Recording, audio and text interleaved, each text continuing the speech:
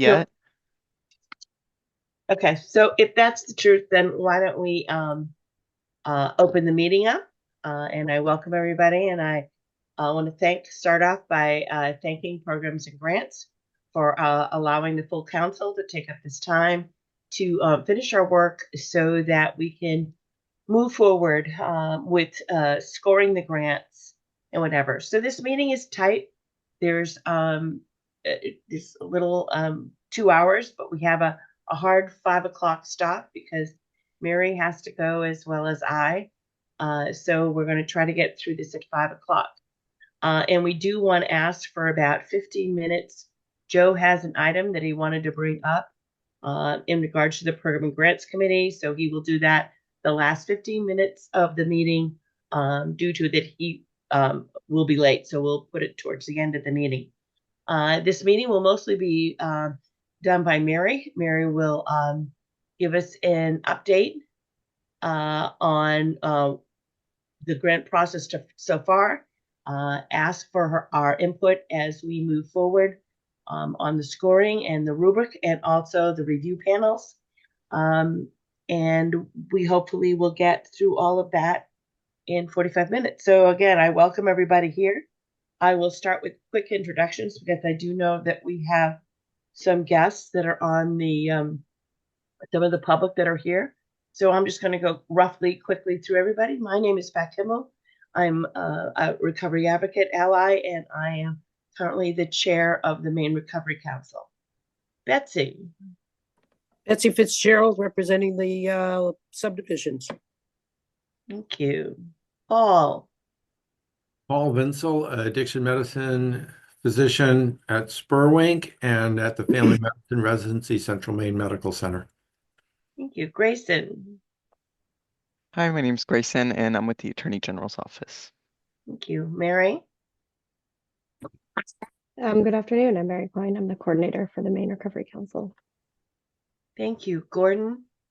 Gordon Smith. I'm a member of the council appointed by Governor Mills. I'm the state's director of opioid response. Thank you. Katrina. I'm Katrina Bonish. I'm with the Attorney General's office. Thank you. Miles. Hi, I'm Miles Willett, someone who was personally affected by Big Pharma and the opioid crisis, and also a clinical supervisor in an outpatient facility up in northern Maine.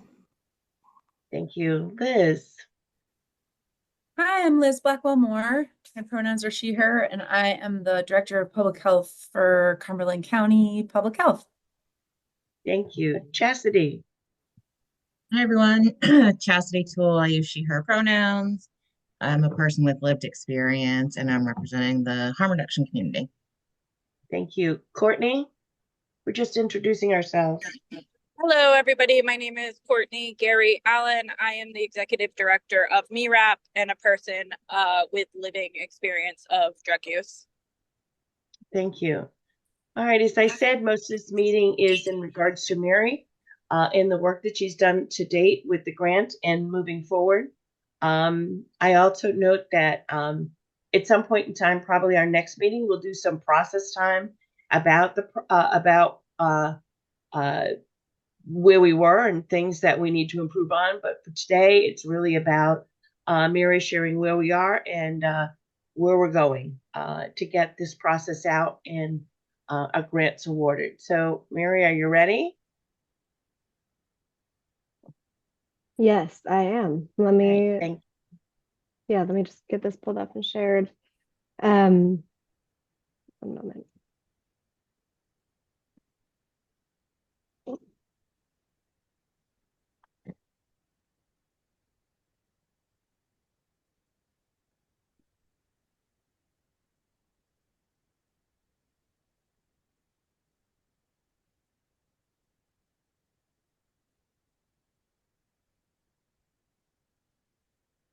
Right.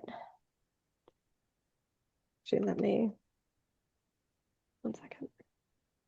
Way easier for me to do it this way.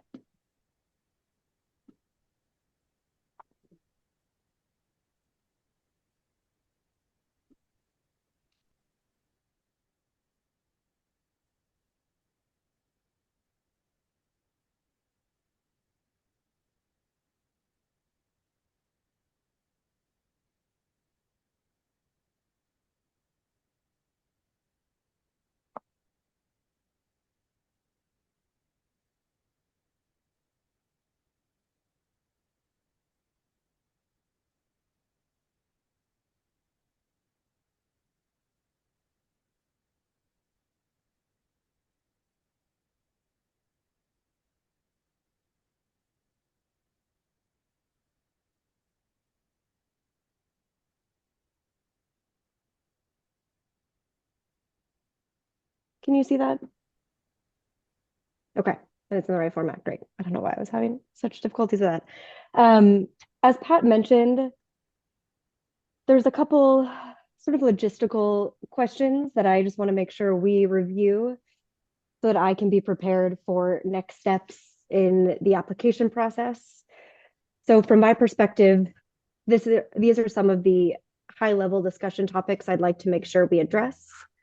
I'll give a quick overview of the grant application. There's a few considerations and questions we received from applicants regarding submissions after the deadline as a result of some technical issues. So I'll need to consult with all of you about whether or not those are included. I also want to give you an update on the evaluation process. I've spoken to some prospective evaluators who are interested in supporting our scoring. So we'll review that as well as the evaluation rubric, which you all were sent in advance. So any feedback, questions about that would be wonderful. And then towards the end, I'd also like to review the grant evaluation and scoring process and how exactly that review will be conducted at our November 14th meeting. So as of right now, we've received 123 applications. We received 35 treatment applications, 25 harm reduction, and then 63 recovery support. As you can see, the total funding amount for applications we received was just shy of 43 million, which is better than where we started with the LOI. So kudos to you all for that, and also for all of our applicants who went through this process. I do want to call out, there were 4 applications that may be included in the final overview of the grants, and we'll get to those at the next slide. Before we do so, there were a couple people who reached out with additional materials that they needed to submit for their application, and those were submitted after the deadline. There was a couple different reasons for that. One of them being applicants had some trouble with how to upload some of the attachments. And then also a couple people had updated versions of a budget or spreadsheet that they wanted to make sure was included, because what they initially submitted in their application was either not the most up-to-date version, but regardless was not reflective of the budget information they had presented throughout their application. And so I appreciate that these applicants were proactive in reaching out to me to make sure that that information and material was provided now, so that you all didn't have too many questions, hopefully, during the actual review process. Before we move on, I'd like to just make sure we have a quick discussion to confirm whether or not those materials should be submitted, and I can upload those in the back end before the evaluation process starts. Is that something that the council is comfortable moving forward with? So Mary, just a clarification. Yeah. You're saying that we have a couple applicants who the application was complete. This was just additional information that we asked for that they had difficulty uploading at the last minute. Yes. Okay, thank you. From my understanding, yes. Okay, Gordon, then Courtney. So how many applications are we talking about? We're talking about, I think 3. The 3 that they did submit something, but the additional materials came in late. Yes, they were emailed after the submission deadline. So is this a different issue than are there some applications that came in late in their entirety? Yes, and those we'll talk about on the next slide. Okay. I wanted to make sure we address the inclusion of those additional materials as part of the evaluation, given that isn't something I have jurisdiction over, or it's not my decision to make. Okay. Well, I can only speak for myself, obviously, but I would support allowing those additional materials if they tried, and we've all been there, and I think it would be too bad to given that they I'm gonna assume they did their best, and there's little reason not to include those materials, I think. Thank you. Courtney? Thank you. Mary, I apologize if you said this. I actually had to just jump off this call for a minute to take a call to be informed that my friend is dead of an overdose. So I might have missed this, but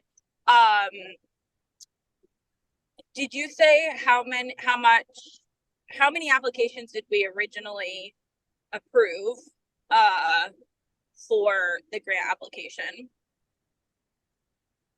First of all, I'm sorry, Courtney. Thanks. And there was 160 different proposals that we invited to move forward and submit applications. Okay, so we lost about 40.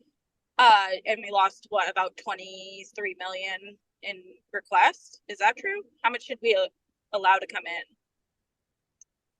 I believe, yeah, I think it was around 75 million. Also wow. noting that we capped the grant at $1 million, and we had a few applicants who were invited to submit full proposals who had initially applied for more than that. And I reached out to let them know, we have this funding cap, and they adjusted their proposals accordingly. Okay, great. That's good news. I'm totally fine with allowing people to add their materials to their submission. The grant website was very difficult, even for myself. So completely fine with allowing them in, which I think is a different. I won't be fine with allowing people that were just late in totality. Okay, Miles? Yeah, I agree with Courtney. I'm okay with allowing the materials that need to come in. Yeah, that's where I'm at. So are we comfortable with a consensus vote that we will move forward with those applicants who needed to download a few more materials to complete their grant? If anybody objects to it, we'll take a full vote, but if we're all in a consensus, we'll tell Mary to go ahead with that. All right, I don't see any objections, so Mary, you can go ahead and do that with that applicant. Okay, wonderful. Thank you. And again, I'm going to do my best to include those additional materials on the back end, so that when you receive the the grant applications, it's all just incorporated. If I need to send those as additional attachments, I'll be sure to let any evaluators who are assigned to score those know in advance and give you those materials. Thank you. This is now in regards to 4 additional applications that were requested to be considered by the council, but were not able to be submitted on time. I took a snapshot here of the emails we received, and I took out any information, that would identify who the applicant is and the organization, for their sake and for ours. I'll give you all a second to read over these. I've also included, as you can see, the timestamp of when these emails were received to the info inbox. Mary, your it's showing us your next slide and notes, so it's kind of hard. It's just not very large. Oh no, okay. So it's hard for me to read it. If you Even could if put I'm it in that close. presentation, I think if you could put in presentation mode, that should resolve it. Maybe Sorry that I better. did not realize that before this. Okay, give me a second. You'd think I know how to do this.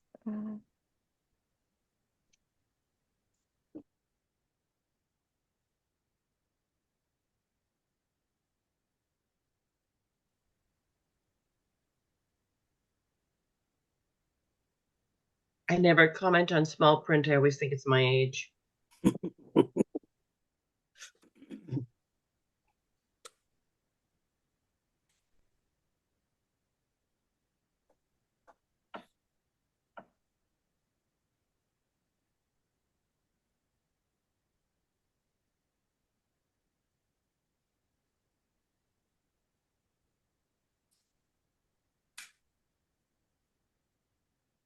Is that better? Or are you still seeing my slide? Same size. Yeah, Isn't okay. it a matter of clicking on some of these things on your upper left? It's like maybe try making it into, this is what I've done in the past, Mary, and you can see if this works. Go slideshow, like make it a slideshow. And then when you go to share the like the page that's just showing the slideshow. Like the window, or yeah, the window that's showing the slideshow.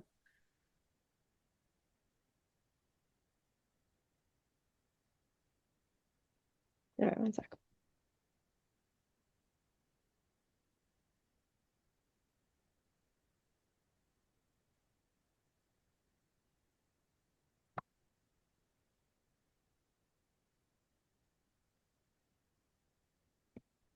Yes. How's that? Perfect. Yeah, You that's did. better. Thank Okay, you. thanks Got for it. your patience. Thank you.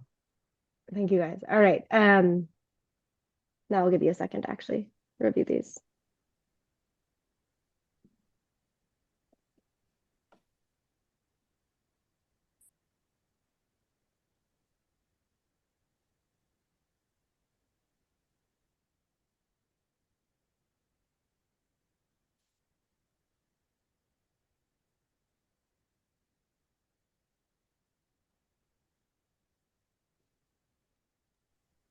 And once you have a chance to look over this, I'll open it up for questions and comments, and Pat, turn it over to you for facilitation.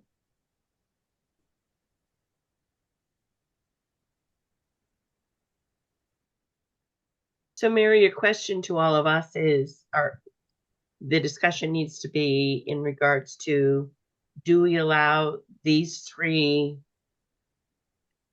late submissions be included in the 123? Gordon.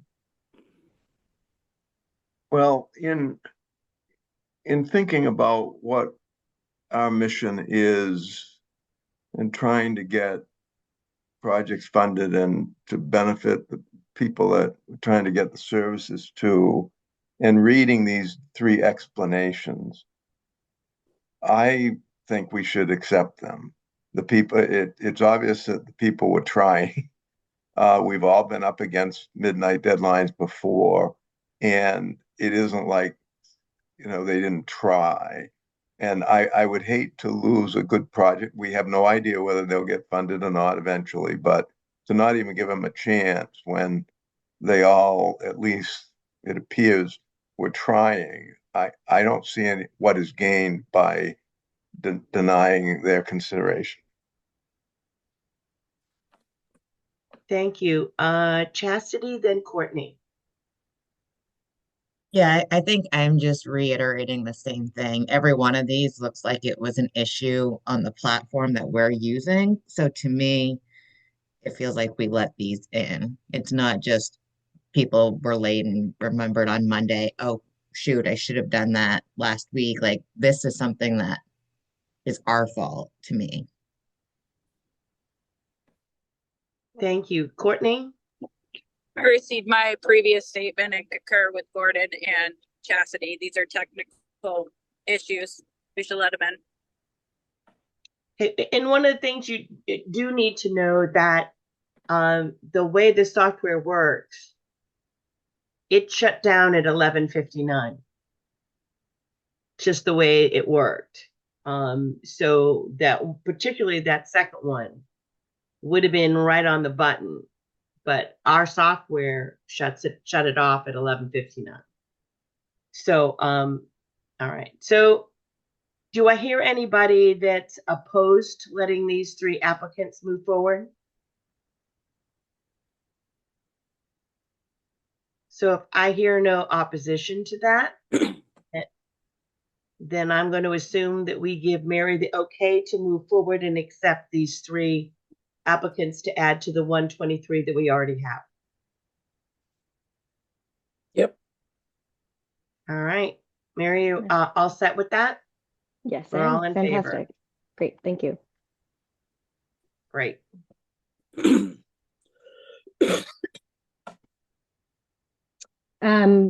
All right, so next I want to review with you the evaluation process.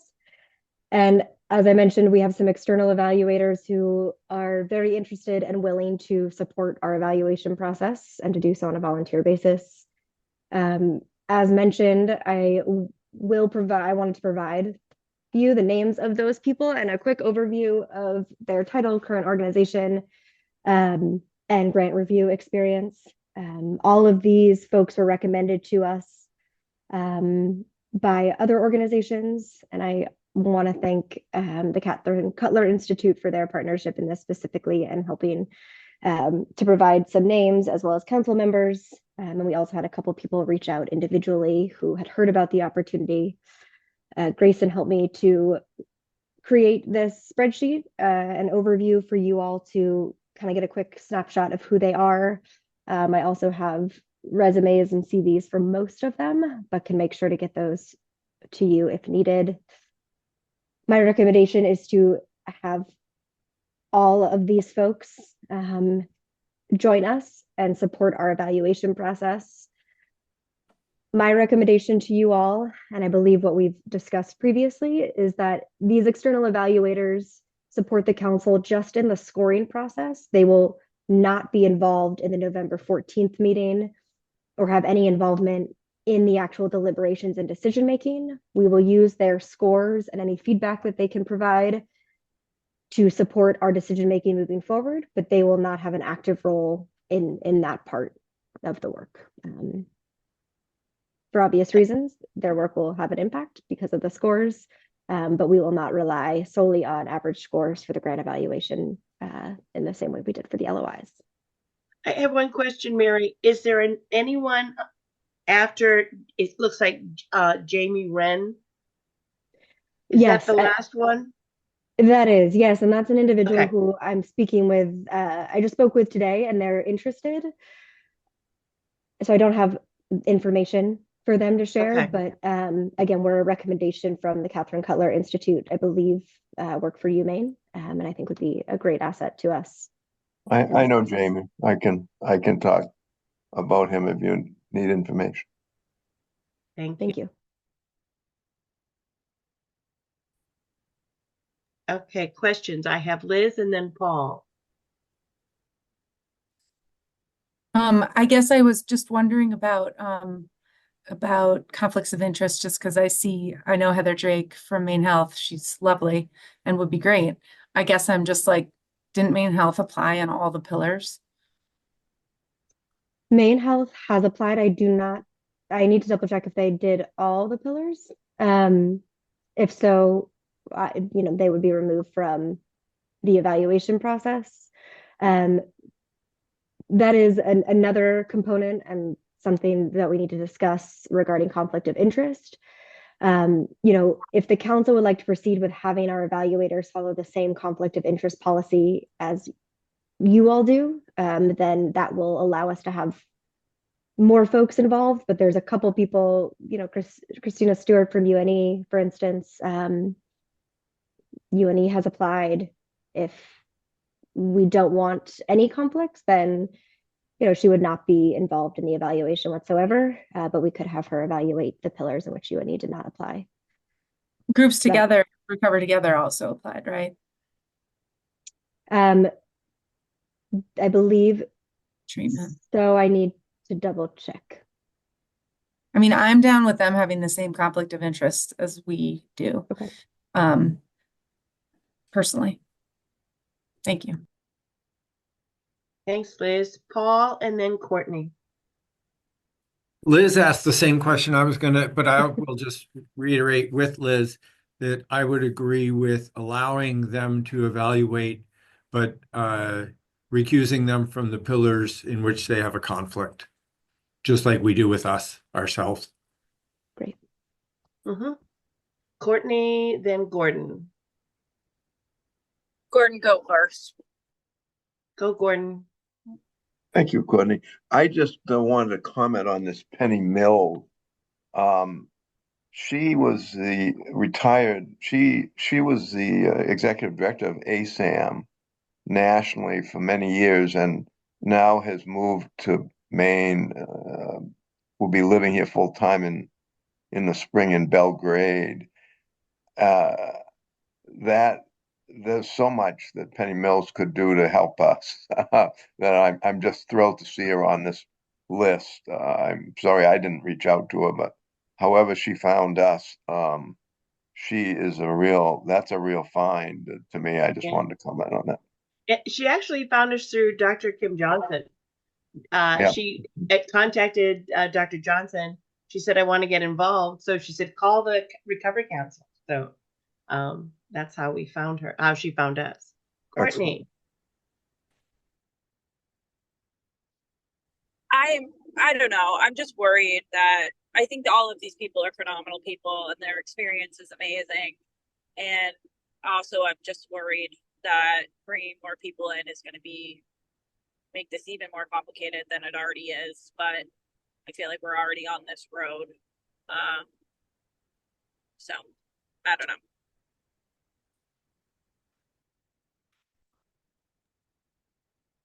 I also need to apologize. I just recognized Allison Jones Webb is also interested in supporting us.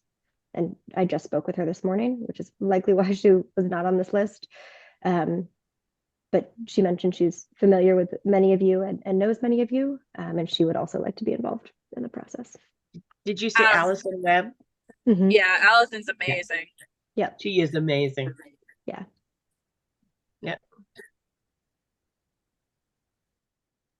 Do you need any more, Mary? My professor from USM that taught grant writing and no substance use disorder mentioned that she was also interested in helping if we needed help. I would say yes. I think one or two more people would be really beneficial for us just from a time commitment standpoint. And also once I hear back from everyone with your conflicts of interest and I can actually do the grant assignments, I'd rather be in the position of having a couple extra people who could take on those scoring assignments versus not have that. So yes, Courtney, if your professor would like to be involved, please have them reach out, as soon as they're able. I'll connect you. I'll connect you via email. I can't say her Wonderful. last name, but it's Professor Z. Okay. That's what we all call her. Sounds great. I don't think I need a formal vote or anything. The council did ask that I, present the names of these folks, and so I wanted to make sure to do that. And if there's no hesitation with who's been named and listed here, then I'll move forward and invite them all to participate in the scoring process. You just have one more question, Miles. No, I'm fine with it. Just pertains to the conflict of interest piece. Just a question overall. So there's a couple of companies that I used to work for how does that work? Is that a conflict of interest for me because I used to work for them, or I'm just like, I was not involved in any of I had conflict of interest because I was nervous and I put down a ton of all right, well, I was involved with those people. And I used to be a mentor for restorative justice 5 years ago and really just basically excluded myself from being able to to work on any of these. But there's a few of them I feel like they're not conflict of interest. And I kind of want to confirm, because Mary, I'm looking over at that, at what you had sent us last week. And yeah, so any thoughts on that from folks? So I can just share with you my thoughts on, for me personally.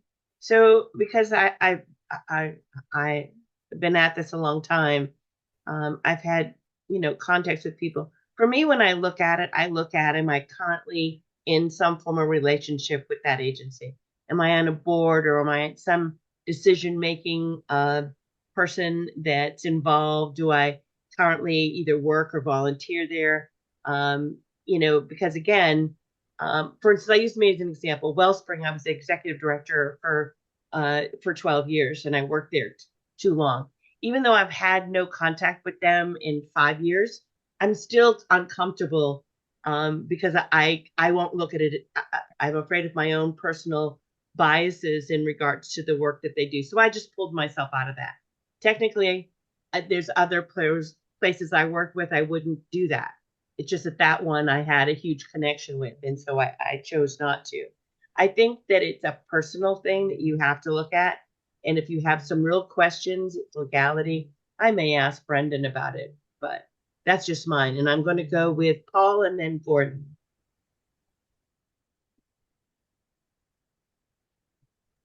Pat, I agree with you. Maine is a pretty small state, and the substance use community is even smaller. And so, we all meet each other at different programs and even socialize together. And I don't think that necessarily creates a conflict of interest. But I think if you're currently employed or on the board, I'm employed at two places that are um, applying, and I would recuse myself from those pillars. Um, but there's other ones that I know are applying, and I know the people, but I don't feel conflicted on it. Yep. Thank you, Paul. Gordon? Yeah, I think, Miles, you've been given some very good advice, particularly possibly consulting with Brendan. But I think essentially what's been said is very sound. You wouldn't The fact that you used to be involved with an organization, if you're not receiving compensation from them now, then you really don't have a financial conflict. Now, Pat has said something that I'll follow up on too, that, I was at the Maine Medical Association for 39 years. They don't, I don't have a pension that's sitting there. I don't have any financial relationship with them now, but I would probably not score something they have in. I don't think they have anything in. As you know, that was one that was withdrawn, the Thousand Lives campaign request, because they got money from the Attorney General's office, fortunately. So, that's just one that I would have gone the extra mile. Say, well, I'm pretty emotionally committed to an organization that I served for 39 years. But I think, again, the real issue is, are you currently, involved on the board, getting paid as an employee or otherwise? And beyond that, it's really your own conscience as to whether you can objectively look at an application from that organization. Thank you, Gordon. So Mary, from what the consensus of the group, really just make sure that the evaluators have the same conflict of interest apply to them that it did the members of the council, and you can move forward with that. Thank you. Fantastic. All right, thank you. Let's see. So now that we've discussed those elements of the evaluation process, I want to give you a bit of a sort of recap of what the evaluation looks like for next steps. So similar to what we did for the letter of intent, all council members and now all external evaluators as well will receive a ethics and bias training. Given our timeline and the need to notice public meetings, instead of having that at a program grants committee meeting or another meeting of the council like we did back in June, what we're going to do is post a video on YouTube as a private link. And I'm working with Barry Dunn to create that ethics and bias training as the first part of that video. And then the second part will be an overview of how to actually conduct the scoring process. And so that will most likely look like me screen sharing and showing all of you how to actually go about finding that evaluation and what it looks like. That will be sent out hopefully by the end of the week. And then I will also have a grant reviewer agreement that is sent out to all external evaluators, very standardized language, just to ensure that we have that contract more or less with them. And then I also will be sure that a list of organizations is disclosed to those evaluators, and if there are any potential conflicts, that they are recused from scoring the pillar, or if there isn't a direct conflict, as we've discussed, then what I'll do is remove them from evaluating any organizations in which they would prefer not to. But again, not have to recuse them formally from that pillar. Any questions on that? Mary, I think the answer was probably yesterday, but when do you need our conflicts of interest? As soon as you can would be great. Great, thanks. Yeah. No Gordon? later than tomorrow. Gordon, did you have your hand up? Yes, could you just remind us, Mary, what the time frame is going to be from the time you send us the applications that we're to score, then obviously it'd be our obligation to watch the 2 YouTube videos before we score those, and then we get them back to you. What is that period of time look like? And secondly, have you been able to determine how many, if somebody like me that likely has no conflicts of interest, how many applications might I have to score, and is there an estimate as to how much time per application it will take? That's 3 distinct questions. I'm sorry. It's all right. I think I followed. So this slide shows an overview of the timeline. I'm hoping to have those evaluations by Friday, but just given all the components that go into this, most definitely by Monday, I'll have those assigned to you all. And then you'll have about a week to finish those evaluations and do that scoring. The exact number, Gordon, I don't know right now. Again, just given the variables, but I'm estimating between 10 and 15 hours. I think that feels really doable. Again, if it's going to be significantly more than that, then my first approach will be to make sure I reach out to all of you and ask for additional evaluators who could come on last minute to support us. But Gordon, as you mentioned, as someone without any conflicts, you're probably going to be on the higher end of that. But I hope this is not nearly the commitment that the LOI was. And I'm doing what I can to make that the case. Thanks. You had one more question in there that I may have forgotten. No, that really is it. I mean, I think until I score 1, it's hard to know how long it might take. I had forgotten that a week is really a short time. I guess I had forgotten. It's a good thing that that week looks available to me. But that's not your fault, Mary. I'm glad to just be reminded that, yeah, we got a week to do this and to keep everything flowing, and we'll do it. So, Mary, I hate to do this to you, but you do know November 11th is a holiday. Yes, I do. Okay.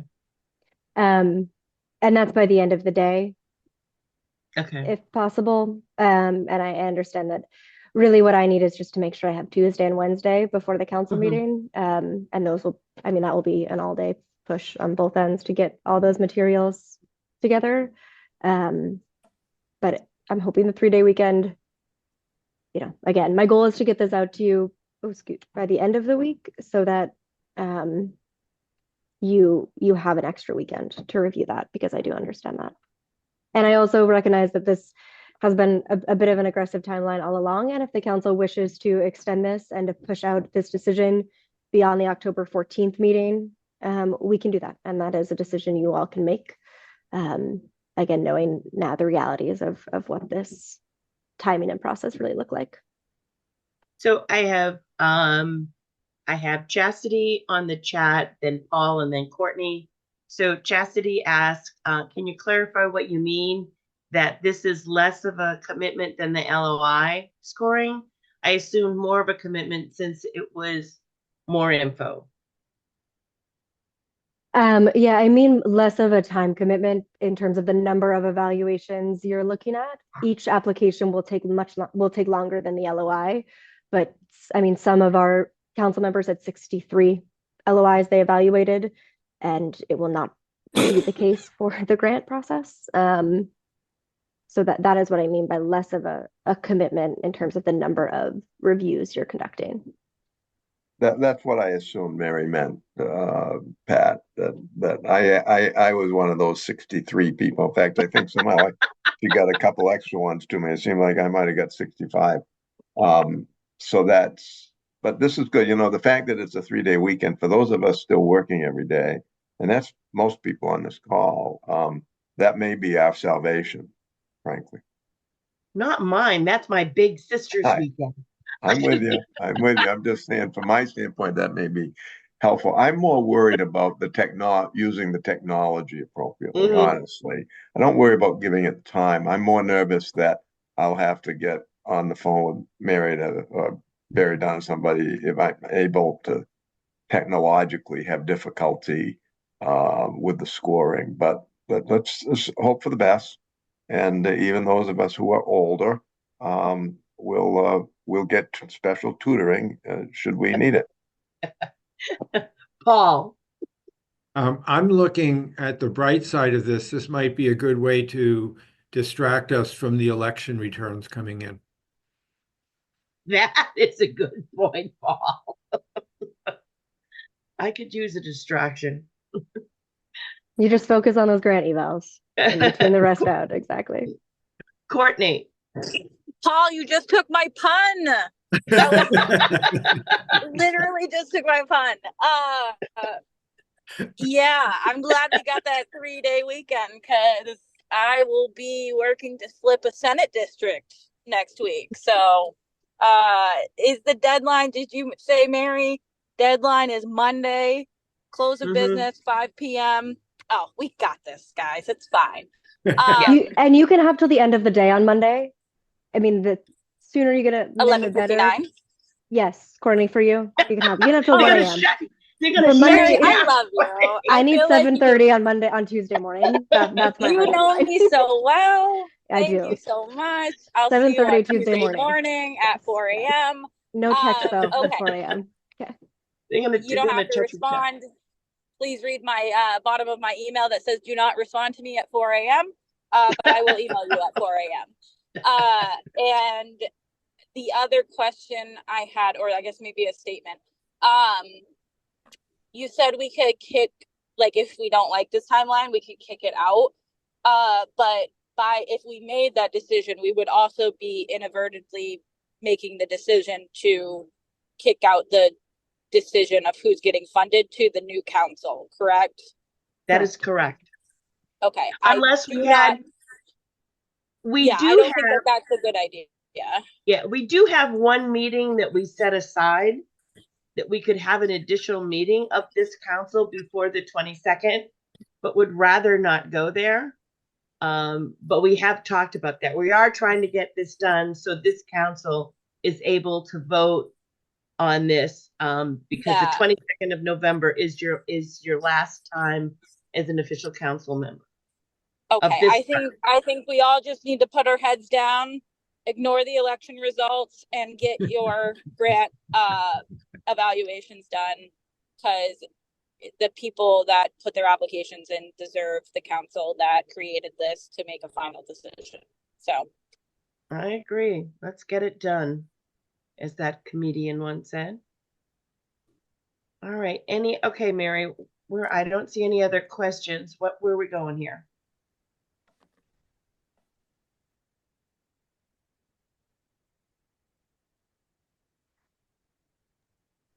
So actually, let me stop sharing this. What comes next is I need to begin the evaluation process. We need to have an evaluation rubric to do so. There was an evaluation rubric that I sent out to all of you in advance of this meeting, and I'm going to pull it up so that we can review it. While I'm doing so, if anyone else has any questions, feedback they'd like to get started on, or would like to start sharing from your review, please do so. Let me pull that up.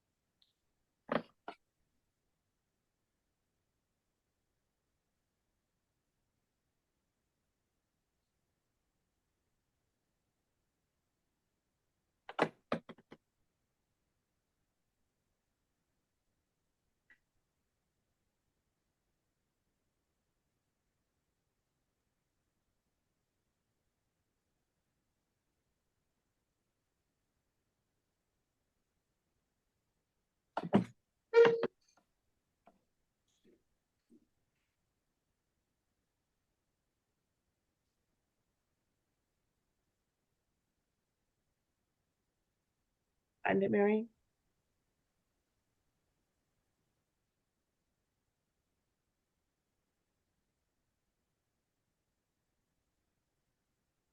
All right.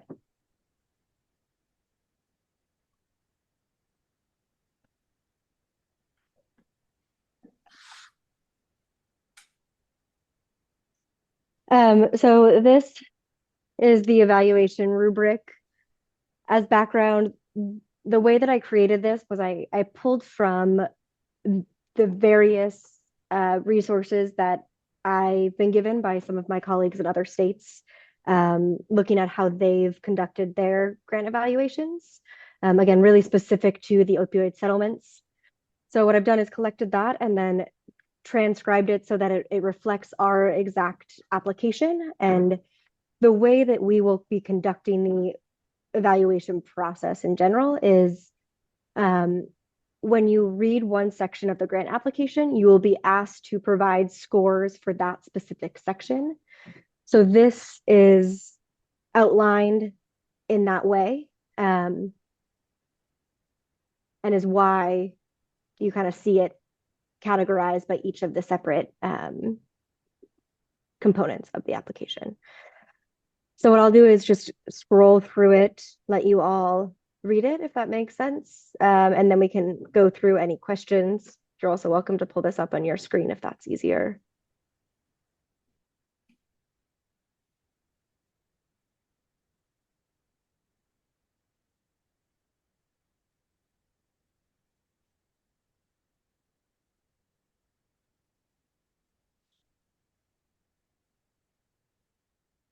Can I just make a comment? Is that okay, Pat?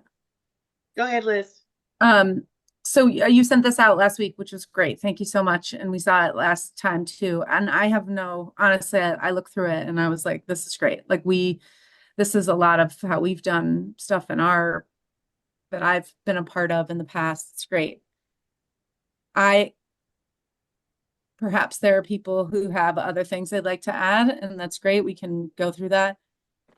I mostly have questions about like the then what, like how much weight do we hold for the scores? Like, are we going to, in the process, are we going to make like a line, these under, we're not going to talk about, these over, we will talk about?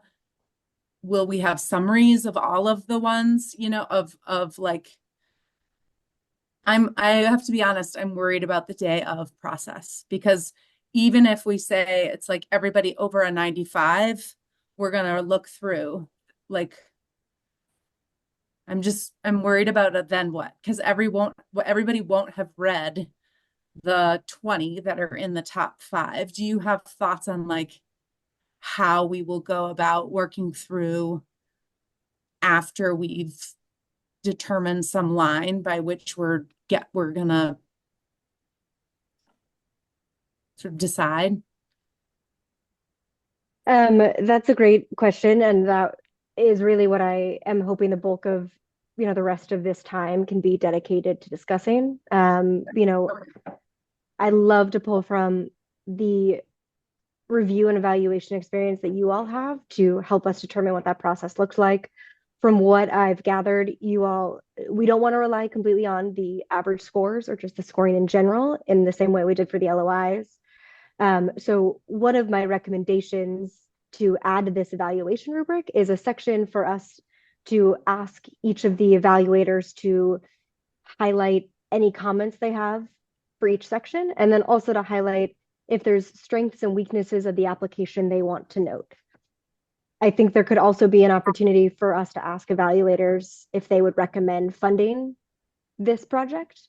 And I say that for a couple of reasons. One being, we will have a varying degree of expertise and knowledge. And so it would be interesting to hear from 3 evaluators for each grant whether or not they recommend moving forward. And that could also be a metric that we use to begin the review process. There's also a couple of applications that may be better suited, let's say, for a prevention grant or for a different funding source. And that's something we haven't really gotten into the details of, but a question like that within the evaluation rubric may provide some of that context and at least a starting point for a discussion. I do think right now, with the way the rubric is set up, it would be potentially difficult to look at this from another angle besides the raw score. And so I think what would be helpful is if, we can discuss the evaluation rubric, and if this looks great, let's, kind of vote on it, have it be more or less finalized, and then really go into what it will actually look like when we're presented with, all of these at the end of the day. Thank you, Liz. Courtney, then Chastity. Chastity, you can go first. Aren't you kind passing it off all day today? So another piece, I talked to Mary about this yesterday, and Sheriff Brackett, I think, mentioned this, that brought it up at the last meeting too. So with our conflict of interest, a lot of us were pulled out of the pillar that we have our expertise in. And even if we can't score, one thing I was talking to Mary about is, yes, adding a comment section so that way, if there's on prevention ones, even if Liz can't score them, she can review them and add comments and maybe add some context that will help it make more sense as we go through, or Sheriff Brackett on law enforcement. And that's really all I wanted to put out there, to figure out a way to do that, because it's unfortunate to lose all of the expertise in something as big as this. So, Mary, thank you, Chastity. Correct me if I'm not wrong. The evaluator themselves has a spot on that scoring sheet to add evaluator's comment, right? So you can add it right onto your score when you're online. Is that not correct? Yes, we can add that component to it. Okay. Most definitely. And we can add that Courtney, as you go through the sections or at the very end, or both. the way I've seen it, and I don't know before, it was actually up at the top. So you'd go, after you'd score it, you'd go up in the top and it would say evaluator's note. But I don't know how, again, I don't know how this part one works, but Courtney. I just have a couple process questions. I'm also thinking about the what next part of this, and the evaluation toolkit looks great, Mary. You're doing a wonderful job, and I'm so grateful that you are our coordinator. So how much money do we actually have? Is it 12 million? Is that the correct number? Have we started a new year at all? Like, I think that's probably a Ben question. Like, okay, I'll just start at the 12 million, but I do think there's more money in the bank and we should have a conversation about that. So then we can't fund more than $12 million, right? So I think there has to be a cutoff point. Say it's $20 million. I made that number up. It could be the wrong number. So I wonder if maybe we could all agree that anything that's like wherever that 20 million, it's not going to be a score number, right? It's whatever is in those top scores that reaches $20 million is what we're going to be talking about.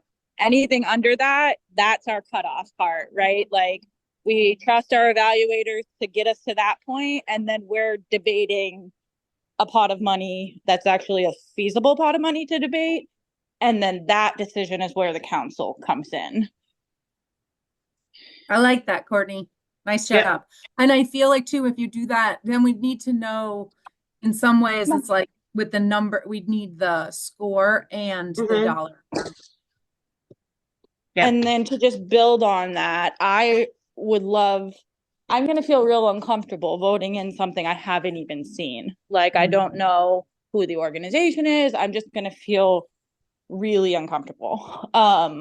So for me to be able to make a thoughtful decision in the moment without enough time, I'm going to need like whatever that 20 million application pool is. I'm gonna need to see those applications, unfortunately. And be able to do some of my own analysis. And maybe I'm wrong, I don't know if other people feel like this. And if I'm superseded on that, that's fine, but I don't know. That's what's gonna make me most comfortable. So maybe you like send out on Tuesday, Thursday, Wednesday, before the council meeting, the $20 million worth of applications to us. I'm gonna stop talking. Liz? Well, I'm wondering, it sounds like you will need to read them all that are in that 20 million. I totally appreciate that. I probably will want to read some version of that, but I think, did we ask for is there like a summary document, Mary? Like, was there a question for people to do an abstract, like an abstract summary? No, there was a project summary, but Okay, I mean, we had yeah. the LOIs, which would honestly be the closest thing to that. Well, the project summary might be fine because we could use the project summary and then we'll have comments about, and we'll have people in the room who know about the organizations and their capacity, who read the whole thing. So for those who don't have time to read the top 20, perhaps people can read the project summaries and then have questions about the organization that could get answered in the meeting. Okay. But being able to have the option to read them all would, at least to skim them, would be nice. Yeah, and I think that's what I was trying to say, Liz. What you just said was what I don't need to like literally look at every piece of it, but I need to at least like have my hands on it before I can vote on it. So here is an added question to that. When we did the LOIs, we did not make public the name of the organization. So what I'm hearing is that at the final meeting, what you all want is the name of the organization, the score, the top 20 million, the top scores that would add up to 20 million, in a program summary. Is that what you name? And you're going to make those names public at that meeting. Is that correct? Yeah, I mean, I think that's the moment, right? Like, if you're gonna get funded, then it's gonna be public. Okay. And we've protected them to this point. Mm-hmm. Yeah. So, Mary, do you think that's doable? Do you think you can get before the meeting, which then have to have it before Wednesday? That's not giving you a lot of time. Before Wednesday of the meeting, which is, I'm looking at a calendar. I think it would be like Wednesday night before like giving us Thursday morning. Yeah, if you could give us at least, if we could get them at least Wednesday night, the name of the organization, the top 20 million, their score, any comments that you think are significant in there. I'd be particularly interested, and I don't know anybody else, if somebody scored it and then said in the comment section, although I love this grant, I wouldn't fund it, what that meant. And then the name of the organization, the amount of money, and if you could, a program summary, a brief summary of that. It feels doable to provide. It feels doable up to the significant comments, given each of these will be reviewed by 3 different evaluators. Yeah, then ignore mine. Ignore. I mean, I can provide for the top 20 million. I think I could provide you all the evaluation scores, so you could read those for each application, and that feels doable. And the project summary as well. I think that, at least from my perspective too, I don't want to make a decision as to what is sort of deemed significant.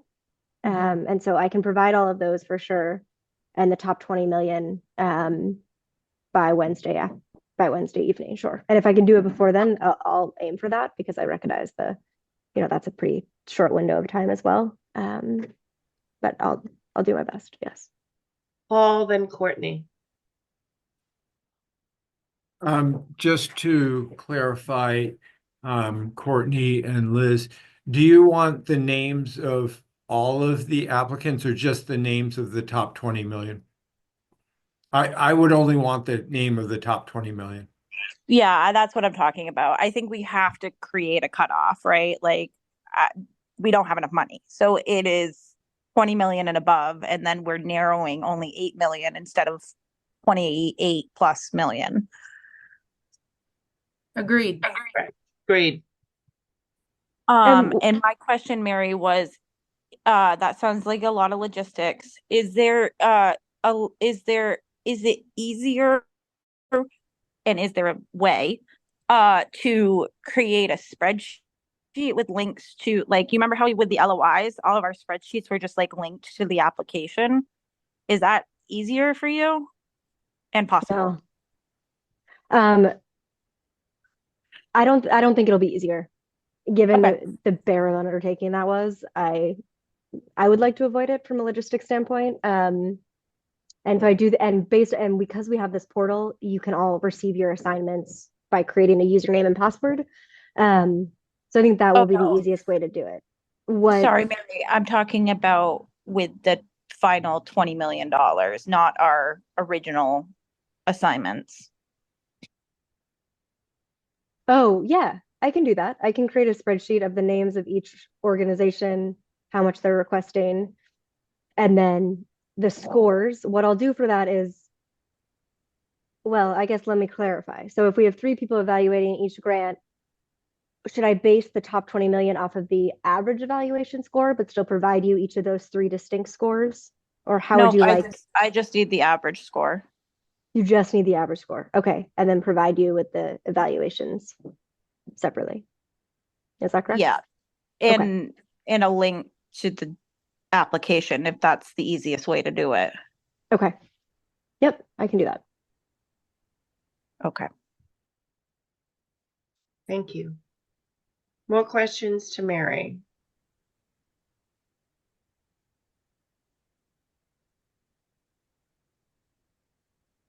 I don't know, Mary, do we have a process here? I'm excited. I Yeah, think we this feels figured it like out. way more doable than it did even like yesterday. Mhm. So Yeah. All right.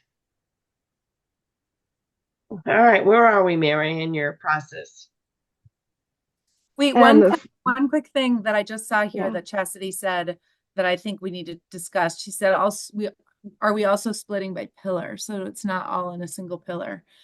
I mean, I think the is an issue because it's the top 20 million, but we also were trying What to, happens if the top 20 million is all in one pillar?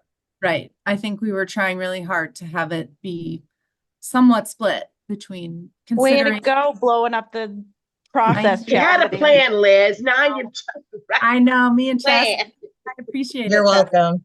Happy to drop a bomb whenever. Okay. Could it be $7 million per pillar? That gets us to 21 million. Totally.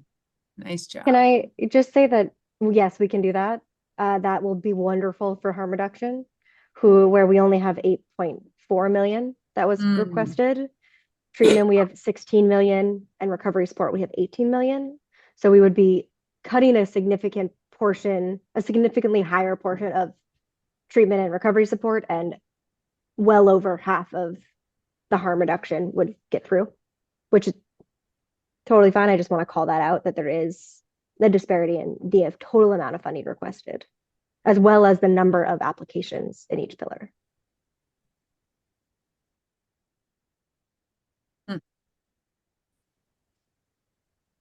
Because you had 35 in treatment, 25 in harm reduction, and 63 in recovery support applicants.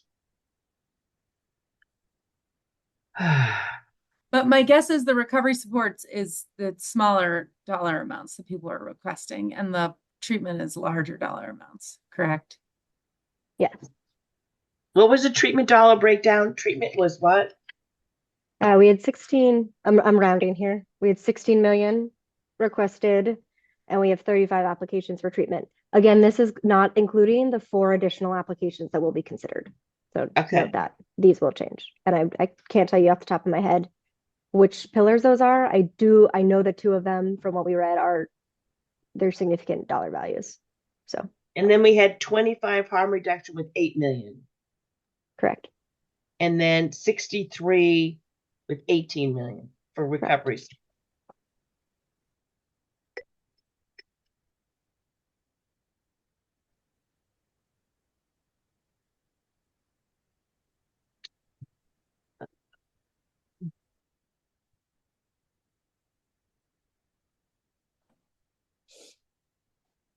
Bummer. Paul's got his hand up there. Paul, a solution. Well, maybe. And I'm more thinking this through. What would you consider taking the 20 million and breaking it down in instead of 7 million for each pillar? What is the percentage of total requests for each pillar, and using that percentage in the 20 million? So if for instance, if harm reduction asked for, if 5% of the requested monies total was from harm reduction, then we look at have that 20 million be 5% of that 20 million be in harm reduction. I see. Well, we could do that. Does that make sense to people? Yeah, I'd like to hear from Liz and Courtney on that. What do you think of that? And I'm just thinking it through. I'm not. Courtney, you had your hand up. I need yeah, what Miles says. I need that explained again. Okay, so if let's say we have $40 million are requested total, and 10 million of that is in harm reduction, and 15 million is in treatment, and 15 million is in recovery support. So you're trying to do a proportional. Yeah. I need a Okay. spreadsheet. I actually have it here. So 20% of the requests were for harm reduction, 43% were for recovery, and 38% were for treatment. So if you essentially said 38% of the 20 million would come from treatment, 43% of the 20 million would come from recovery, and 20% of the 20 million would come from harm reduction. I guess, I mean, I can see how that would, there's logical steps there, got us there. I'm just thinking about our original intention around even distribution.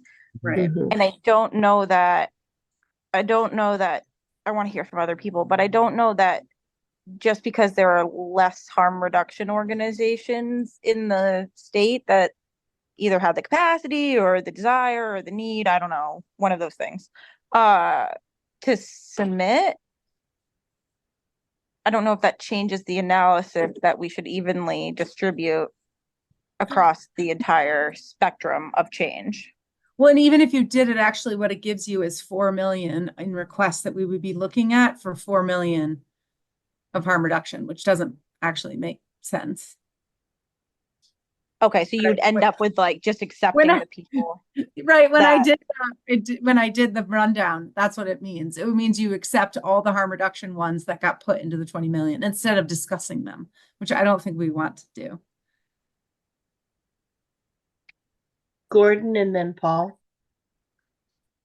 Well, I think I understand the discussion, and I don't like the idea and don't support the idea that our original intent of having some balance between these three pillars would be affected by how many applications were filed in a given pillar.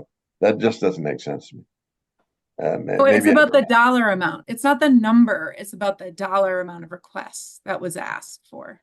Well, I think I'd make the same point, Liz. That one is as illogical as the other. I think whether it's the number of dollars. I mean, I don't like the idea that these decisions would be affected by the fact that, maybe there's 4 really lousy $1 million plus projects in one pillar. It doesn't make sense to me. I still like the idea that eventually we try to relatively balance the amounts in each of these pillars. I do want to at some point to come back to, we haven't had a report on the finance committee meeting that I think was held on Monday. And I just wondered whether there was a decision made as to how much money we really do have, but that's later on. Thank you, Gordon. Paul? I understand Gordon's point, and I'd have no problem with us saying we have 7 million. We accept the top 7 million in each pillar. That would be fine by me. And if all the top harm reduction ones get picked, then that's great. So you're saying, Paul, go back to take the top scores within the 20 million. Liz, I see Liz's thing. She goes back to Courtney's idea of taking the top 7 million in each pillar, and I think that would be a fair way to do it. All right. Thank you, Paul. Courtney? Yeah, I think I'm back to my idea too. Paul, I really did like the spreadsheet math though. We just need something simple. 7 million seems simple. So we're going to take this top scores that add up to 7 million in each of the 3 pillars. Is that what we're going to review? I think that's the proposal on the table, which means it equals 21 million instead of 20. Mary, how would that be for you? That feels like a more clean cut way to divide this and do the analysis. So I think that's manageable because that's just about adding the numbers up, and I can do that. And I can run it by Ben too to make sure I'm doing it right. Okay, And Mary, Miles? that's on average score, top average score. Yes. Yeah. Miles and then Gordon. So just, so does that mean like if there's 8 million in harm reduction, if there's better projects in recovery support or treatment, they just won't get seen because someone went for harm reduction? Is that how that'll end up working out? Or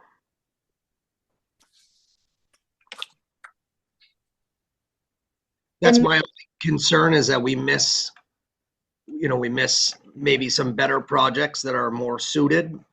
I know we're trying to be fair amongst the pillars, but at the same time, we do have a goal of the reduction of overdose lives, and that's not sometimes addiction and is not fair.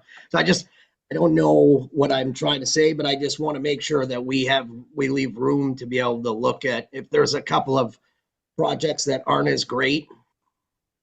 And I only look to harm reduction because it seems like there's a total of 8 million. So I just want to make sure we have a little leeway, that's all.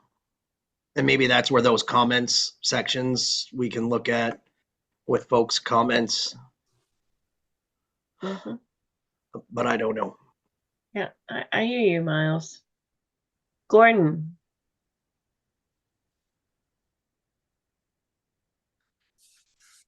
Gordon, you're on mute. Muted. And what I said was so eloquent. Responding to Miles, I think the answer to Miles is that we're expressing an intention here to balance these pillars. But until we vote on these things, we have every right. If we see something that really seemed compelling in treatment and it's going to unbalance it, the 15 people get to vote. You get to vote on that. So it's. I guess my point is I don't see this as a absolutely rigid rule that says, oh, by penny we can't go over that line. So I think you make a good point that if we find something that's really compelling in one pillar, but and maybe a couple weak projects in another pillar, that we can't make that change. I had originally put up my hand because I had a question. I might have missed something here, but where did we come up with?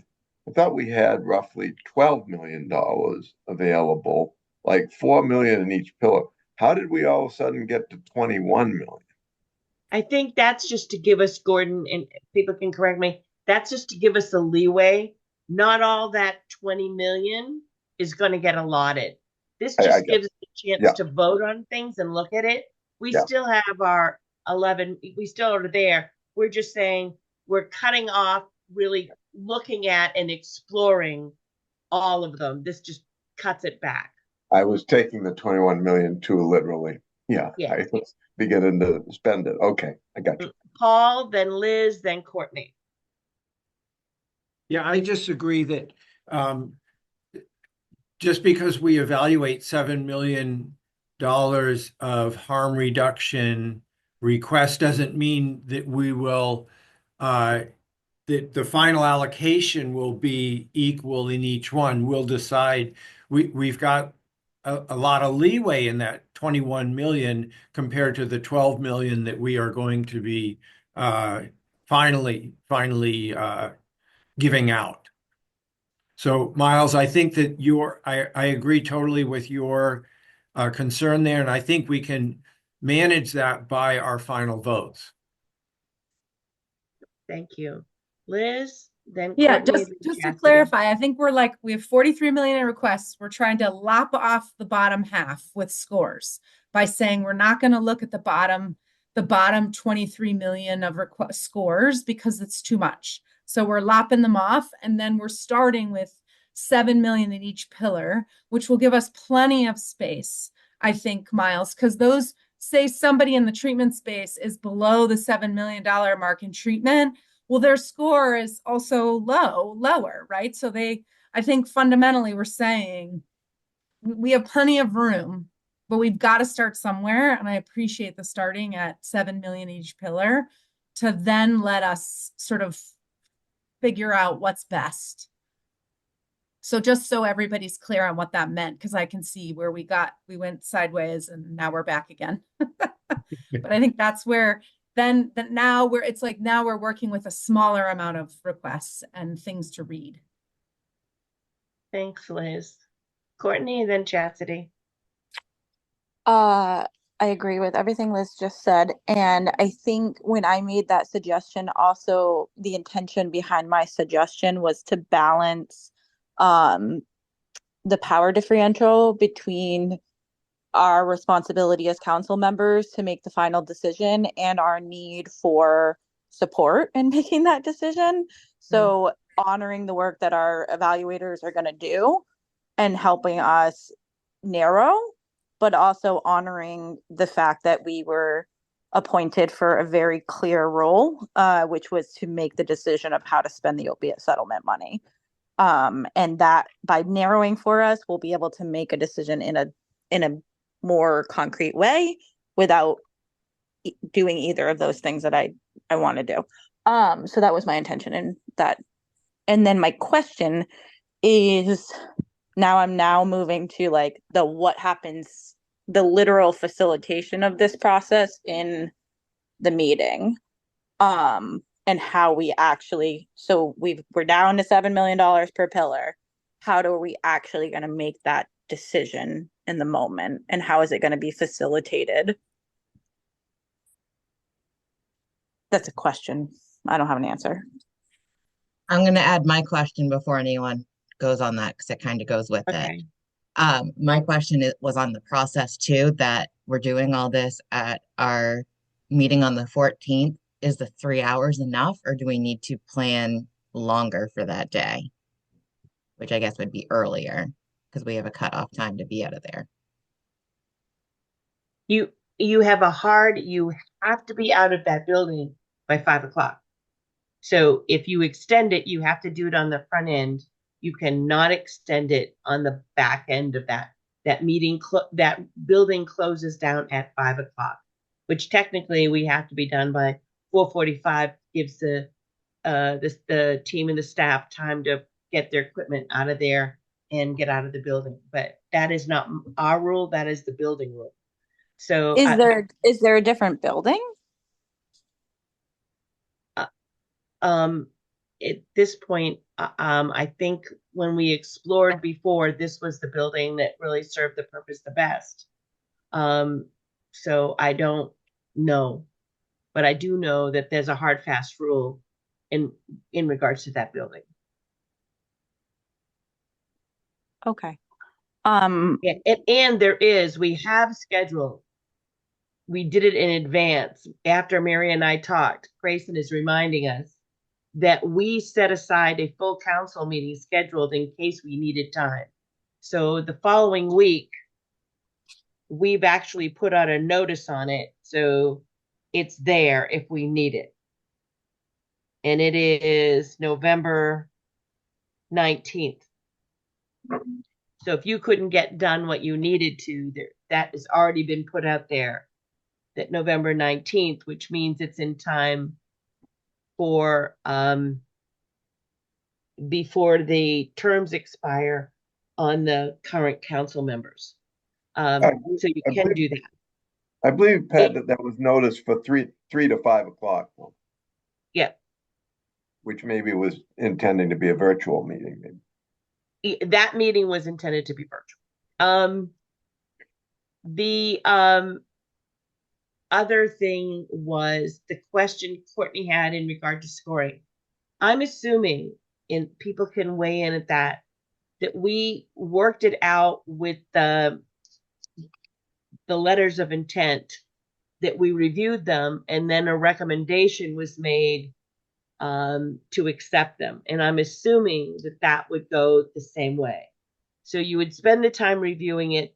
The bottom line would be that we'd start having conversation and then vote on what we agreed on as per the conversation. Someone would make a motion. I'm open to discussion from that point. That's all I know. And my head's a little cloggy because I'm not well. But So, Pat, can I just ask also a further process question? And I'm sorry I've been late to this meeting. So, so getting down to the 7 million and the 3 pillars, and sort of then it turns into sort of the work of the council. Do we have, and Mary, I don't know if you share, like, what are the numbers? What's the scope of that?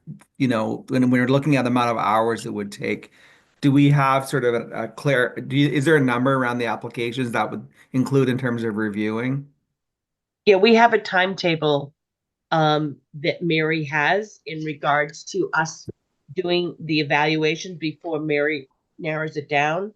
So once Mary narrows it down, I get all that. But then when you narrow it down, Mary, I'm just trying to get to the process and the time that you're just laying out, Pat. Like, what's the number of applications that we were reviewing after Mary's review, so to speak? Or do we even know that? We probably don't know that yet. Maybe Mary. Joe, are you speaking to the evaluation assignments? No, after the assignments. I mean, Gordon said, we can vote on things. So there's going to be sort of a process meeting to sort of like make the final decisions. So I might have missed too much. So feel free, Mary, we can talk offline to catch me up. But I'm just trying to get a sense of like the time it will take to sort of to deliver the final results. That's a great question, and I don't think we've decided that yet. I don't think we have a clear understanding of exactly what level of conversation we will need for each of those applications.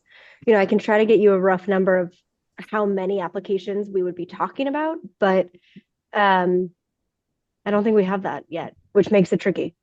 Okay, and I don't want to make more work for you, Mary. Maybe we just play it out. And Pat, so what you're saying is there'd be 5 hours, it sounds like. We'd have the 3 hours plus so we'd have 5 hours to do that deliberating / decision making. Right now we have 3 hours. I have this one meeting set aside. Okay. If people want to, but right now we have 3 hours.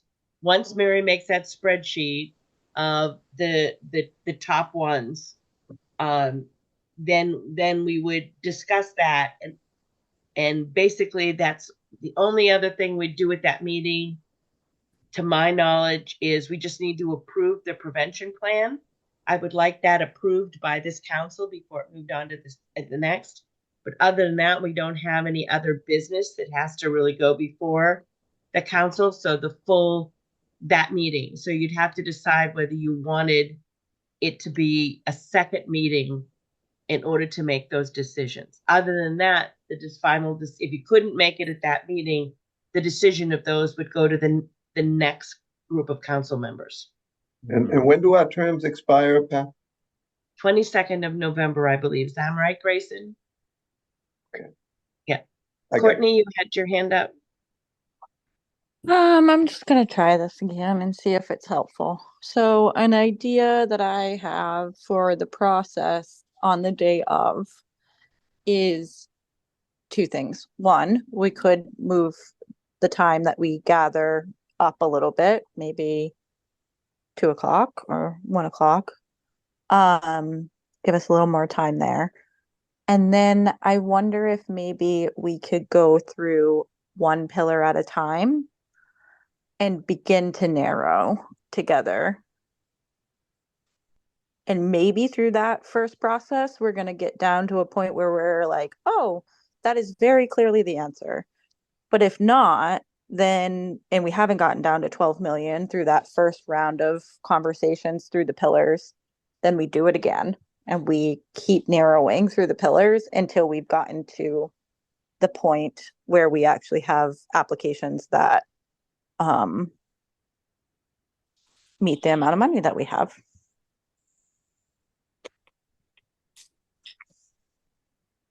Well, isn't the meeting already scheduled for 1:30 to 4:30? It's already scheduled from 1:30 to 4:30. So That's a so normal if we meeting. move it, I think actually starting at 1 or starting at 12 gives us a little more room. I do kind of worry if we really get bogged down and our terms expire and the new people don't get sworn in, we don't, that would be very bad. So we really do need to try to complete this on the 14th if we can, frankly. Yeah, I mean, I don't think we have an option to like not complete it. We have to complete this. So my recommendation at this point, I like Courtney's suggestion of the order. My suggestion would be that we attempt to meet from 12:30 to 4:30 on that date. And then we still have the November date that we can 19th if we had to. Pat, could we also just build in like and just be like thoughtful, like build in a 15-minute break? Because I feel like we're gonna need a moment at some point through 4 hours. Sure, we can build in a 15-minute break. Yeah, and I don't know that it needs to be at this particular time, but maybe like we'll just as it naturally occurs. We'll look at people's faces and read them, and someone can say, I need a break, and there we go. There's not a problem. We can do that. But we can ask people to arrive at 12:30 and stay till 4:30. If that seems reasonable. And this is on the 14th, November 14th? Yeah, the 14th. I think we might need to update our meeting notice ASAP. Yeah.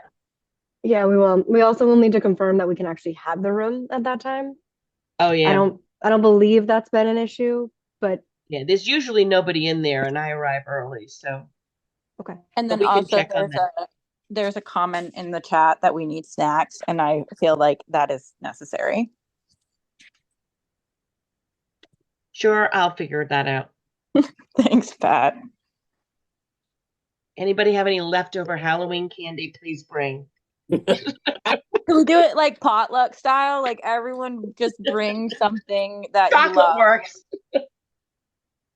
They usually have chocolate in my old office is stashed somewhere in case of my emergency. We'll figure out something for people to pick, some healthy snacks and stuff for people to pick at if we're going to ask people to stay that long. And Grayson, if you can check in the room and make sure that, or Katrina, want either one of you to check to see if we can have it that long, and get that public notice out as soon as possible that we're opening up at 12:30 versus 1:30. And then we'll still reserve the right on that 19th to have a meeting if we have to. But let's try not to. Other questions? Oh, another message.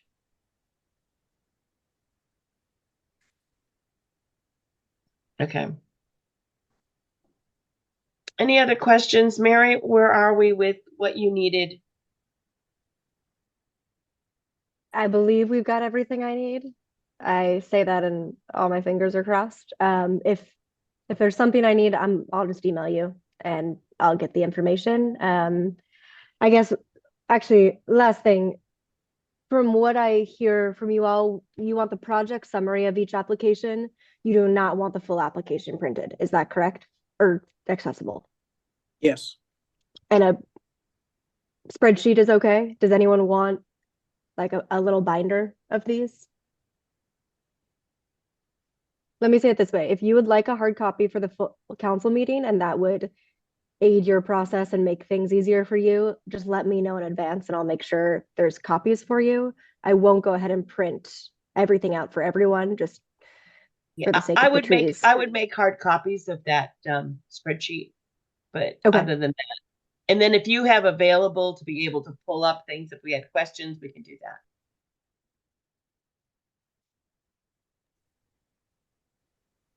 Any other questions about the process? I really appreciate all the effort that's into this. As I said, as Brendan loves to tell us, we're flying that airplane with building it as we fly it. So I appreciate the patience and all of it.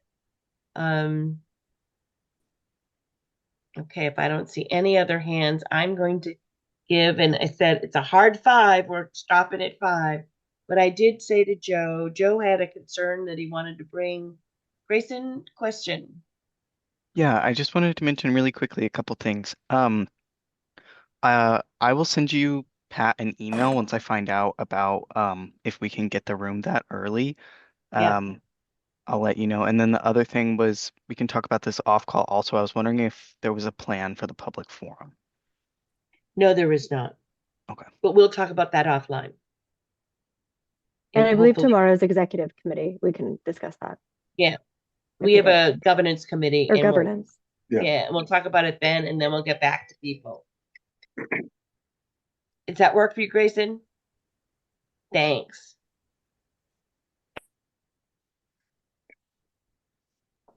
Pat, Joe, you wanted to bring up one quick thing before we yeah, and end it could be kind of when Gordon just said our terms are ending. So basically, one of well, I would just say that the challenge of our committee is that we spent most of this calendar year on the application process, and there are community things happening around us. And it just happened that I was talking with Tom at Milestone, and Gordon, you brought up things about detox, and I'm by no means an expert, and I was just putting that forward as a conversation item, not necessarily for today. Kind of the more broad conversation.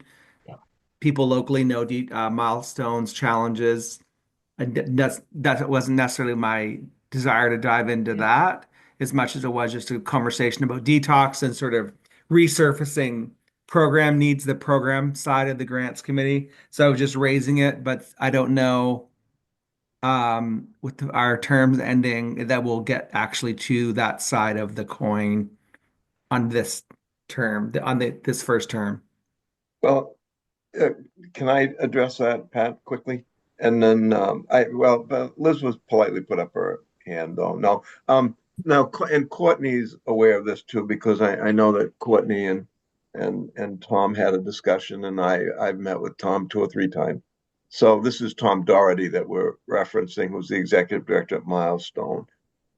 It does sort of potentially relate directly to the work of this committee, of this council, and let me tell you why. In December, we voted $1.5 million to stand up 10 detox beds, freestanding detox beds in Androscoggin County, the same as we had done in Franklin County. Now, as you know, we subsequently repurposed some of those funds in Franklin County, did $400,000 for them to plan what their needs were, and and repurposed $1.1 million to Tessa's house so that we could get those beds open. And Brendan and I and Mary are working on that contract presently. Mary and I were at that facility a week ago. I've been meeting with Androscoggin County. Again, I always preface these meetings saying I can't speak for the council, but obviously people are now wondering, well, if and I think, Joe, we could take what Tom sent us, which is a kind of a briefing from their perspective. I don't agree with everything in it, but so that you know what's happening statewide, because there has been a lot of change in the past 10 months about our situation with detox beds. And to the point where, the beds are not filling every night, but that's a very complicated thing, and we're not going to get to the gist of that in 17 minutes. But I do think that it makes sense to think about if the bottom line here is that Milestone's beds are very much at risk. The 30 beautiful beds opened in the middle of May, and they almost immediately shut down 10 of them. And any given night, there's maybe 15 people in those 30 beds, but they're losing $25,000 a week. So Milestone's always been really looked upon as the gold standard for detox. But for people with Maine care and uninsured, this is where, for, I don't know, 2, 3, 4 decades, Joe would probably know better than I. But so this is a really serious matter, and so naturally Milestone's looking for any possible financial help they can get. Now the Office of Behavioral Health, put in $2 million for the renovation, then is now prepared to put in another $375,000 to help them out, but they need like $1 million. So there's a lot of people working on this. But one of these scenarios is that, some people would propose to take some of what is sitting there in Androscoggin County, given that it's not going to probably ever support freestanding detox in Androscoggin County, and because it was there to enhance detox services in the state of Maine, to repurpose some of that money to, if there's a long-term sustainable plan for 30 Andover Street, which is where the 30 beds are. It looks like some of those beds would be repurposed to short-term residential. But I appreciate Joe bringing it up, because there is a piece of this that it's possible that once we get done all the work we have to do in November, and I don't think we can, I think that has to be our priority, and I think Milestone has to understand that it's possible by the December meeting that Joe and I and others on this council could be bringing you a proposal to say, would you consider this? So that's where we come into it. But I'd love to have you all see what Tom sent to you, Joe. And that hasn't been sent to the council, has it? No, Tom sent that to me. We just were chatting last week, and basically ended up more or less talking about kind of sector challenges. And that's why I would raise it to this group. I think these are just real problems that the council, hey, we're not nimble enough. We can't write checks tonight. So I think that's our reality. Plus we have a process, but I think I would love for this group to sort of talk about these. And Gordon, like, you're a wealth of knowledge, like you got your thumb on the pulse, and as are a lot of folks on this call. So I think it would be devastating to watch programs fall where we may be able to put our heads together if we had more time. And that's what Tom and I mostly talked about. And I know a little bit about their financial dilemma, but it was mostly, well, it was that a lot, and also just the situation and the uninsured, which I know really well at TOA because that's our reality too. So I think, again, getting back into the spirit of like program community conversations, that's my hope for the committee. But Liz and then Courtney.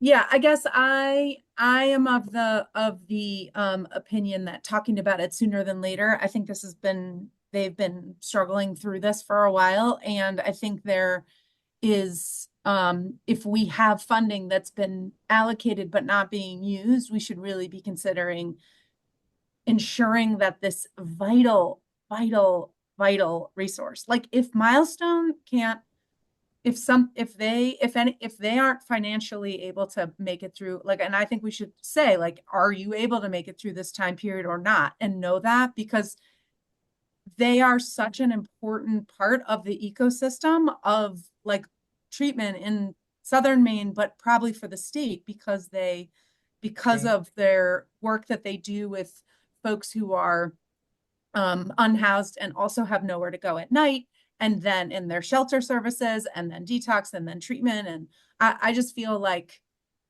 if they're like, if they're in an emergency, we should be in an emergency with them, because they're really vital in that way. And so, I think it also has ramifications for other things that are happening with detox, but I'm mostly concerned about like how are we going to keep them going? Like, how do we ensure that? And say, like, are you going to keep going or are you not? Like, are you going to make it to January or not? And we need to know that in order for us to then assess, like, how rapid are we? Because it sounds like they're going to get funds in January. And they sent you, Joe, you did send that to everybody. We all did. Yes, yeah. Oh, good. Okay. And I don't know, like, there's a lot of moving parts, Chastity, to your question. And Liz, no, they're not going to, per Tom, make it to January, but Gordon just offered up information. So I don't really know their number. I think they're in a dire situation. And I'm with you 100%. For them to fall will be really hard. I just don't know how we can act quick enough to sort of be helpful financially. But I'm Yeah. open to any and all, like, ideas, what Gordon laid down too. Not to cut you off, Liz. Courtney. So I just concur with everyone here. If Milestone falls, I don't even know what we're doing here.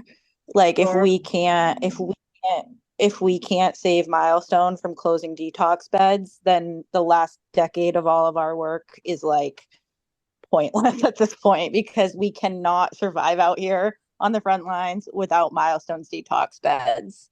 And I would be willing to literally sponsor anything at the September meeting, or put forward a motion. I'm not actually elected here, but put forward a motion to allocate that 1.5 million to Milestone, because our intention in December was to open detox beds, right?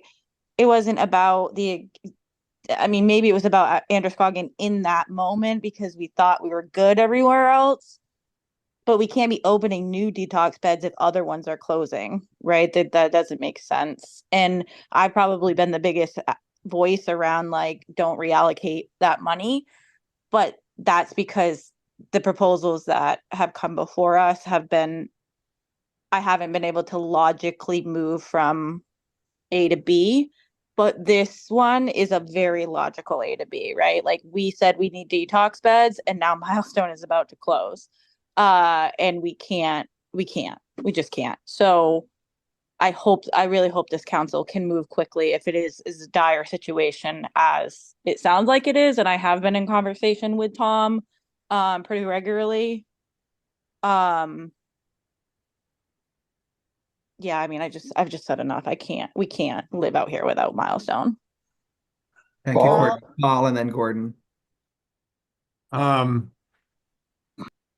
I would totally agree with reallocating some of the money that we had approved for Androscoggin County detox bed, because it doesn't look like that's going to happen.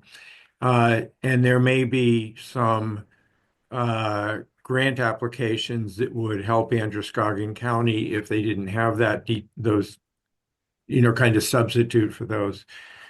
So I'd be fully in support of reallocating, and that kind of goes against my best interest, because I was really excited about possibly participating in the detox facility if they developed one in Androscoggin County, but it doesn't look like that's going to happen. Gordon and then Courtney. Yeah, well, Paul, we are working with St. Mary's for their 18 detox beds, and that's part of this puzzle, is that we really feel that those beds are accessible. Well, this has been very interesting. I was going to suggest that a group of us work on this and come back to the November 14th meeting with a potential proposal. And I still think, that's only a couple weeks away. I think that's still sound. You've been so strong on this, so that I'm almost tempted to make them to move. I'm not moving this, but I'm wondering. It does seem a little rushed, but it is a dire situation.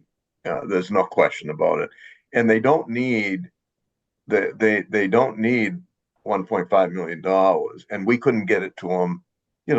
We're doing contracts now that we voted in December, but simply making a commitment that we would repurpose some of these funds might be enough for them to go to a bank, et cetera, which is exactly what Texas did, for instance. It would be a big boost to them. So I'm wondering, but again, I just met with the coalition in Androscoggin County yesterday, and they're working on some things. But we have a clear precedent from what we did in Franklin County, that if you were willing to entertain a motion, what I would suggest is that we reallocate and still retain $400,000 to be available in Androscoggin County, to be informed by their coalition that's really been organized around that, and to redirect 1.1 million to Milestone, subject to a short-term and long-term, sustainability plan. If people thought that could pass right now, it would be a big boost. It would be a big help to these people. Really quickly, I agree with everything you just said, Gordon, except I need to add one small asterisk to what I just said. I need to know that by doing that, detox beds are not going to close. Well, okay, let me try this.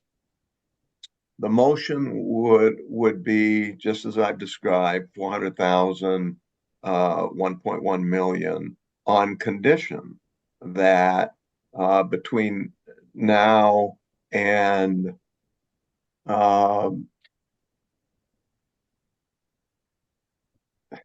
we're in a full grants committee. We're in a full meeting right now. Yeah. This is a full meeting You're of in the a full council. meeting. You're not in the grants committee. This is a full meeting.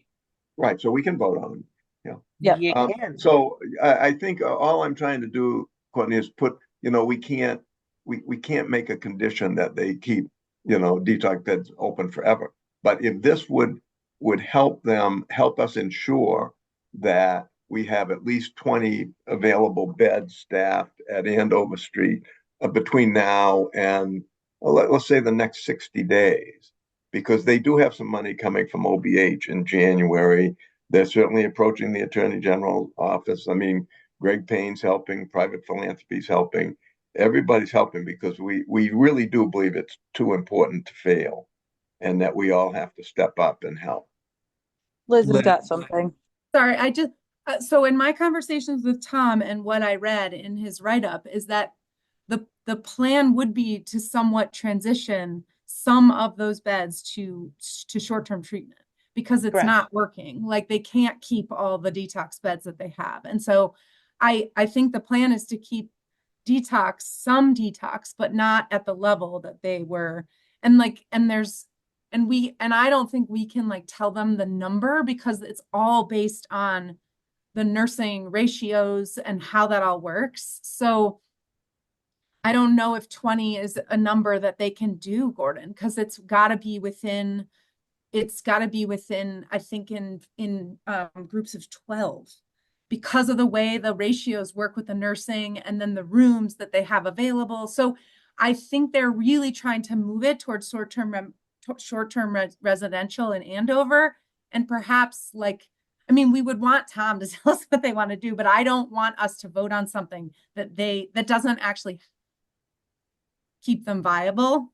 You know, I would want us to vote on something that like they have the ability to keep themselves viable. I think that's part of the issue here.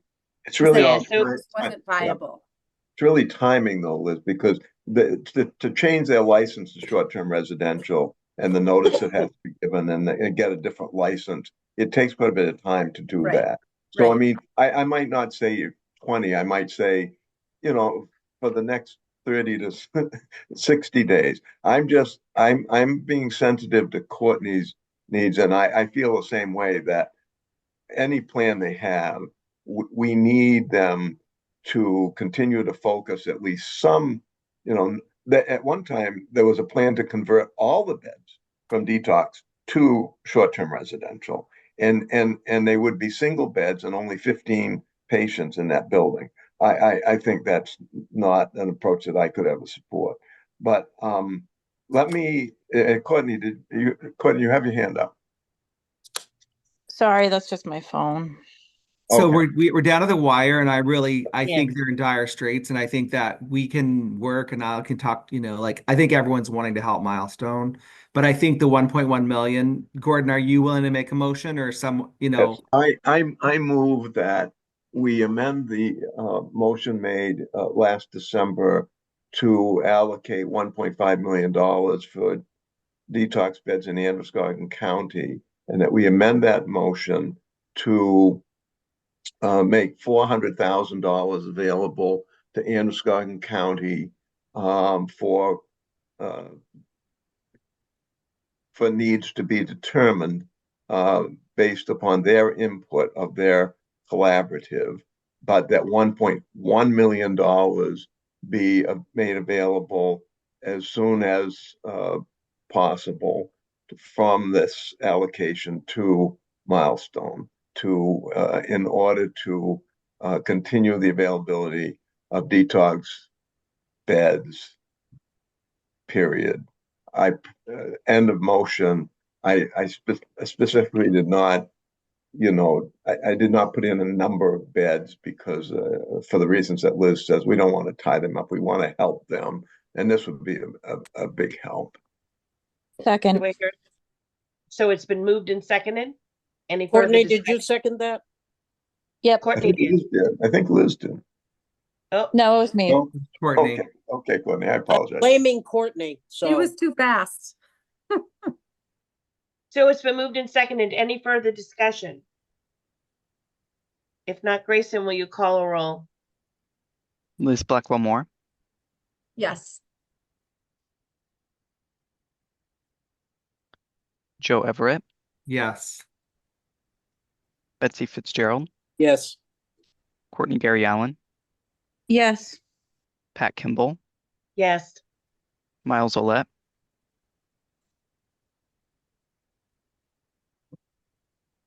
was that a yes? I couldn't hear you, sorry. Yes. Okay, thank you. Gordon Smith, Yes. Keeneth Ackrar, Yes. Chastity Toole, Yes. and Paul Vinsel. Yes. Passes, thank you. Thank you. Motion carries. And I am going to turn the remainder of this meeting over to the co-chair, Courtney, because I said I had a hard 5 o'clock. Got to get out of here. Thank you very much for all your work.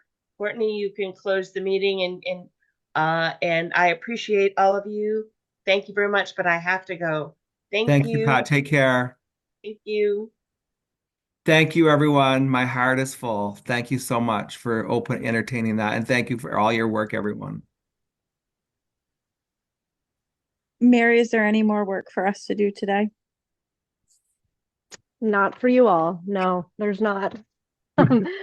Joe and Gordon, we can't meet the three of us, but I can meet with each of you individually. And let's plan to do that to talk about the contract and next steps and the language.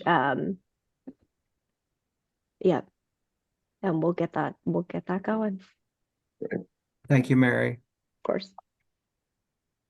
Okay. Well, on that note, great work, everybody. We have a plan for the 14th and a tight turn, and we're going to get this done for Maine's people. So I will close the meeting, call the meeting to close. Thank All you. right. Thank you. Thanks all.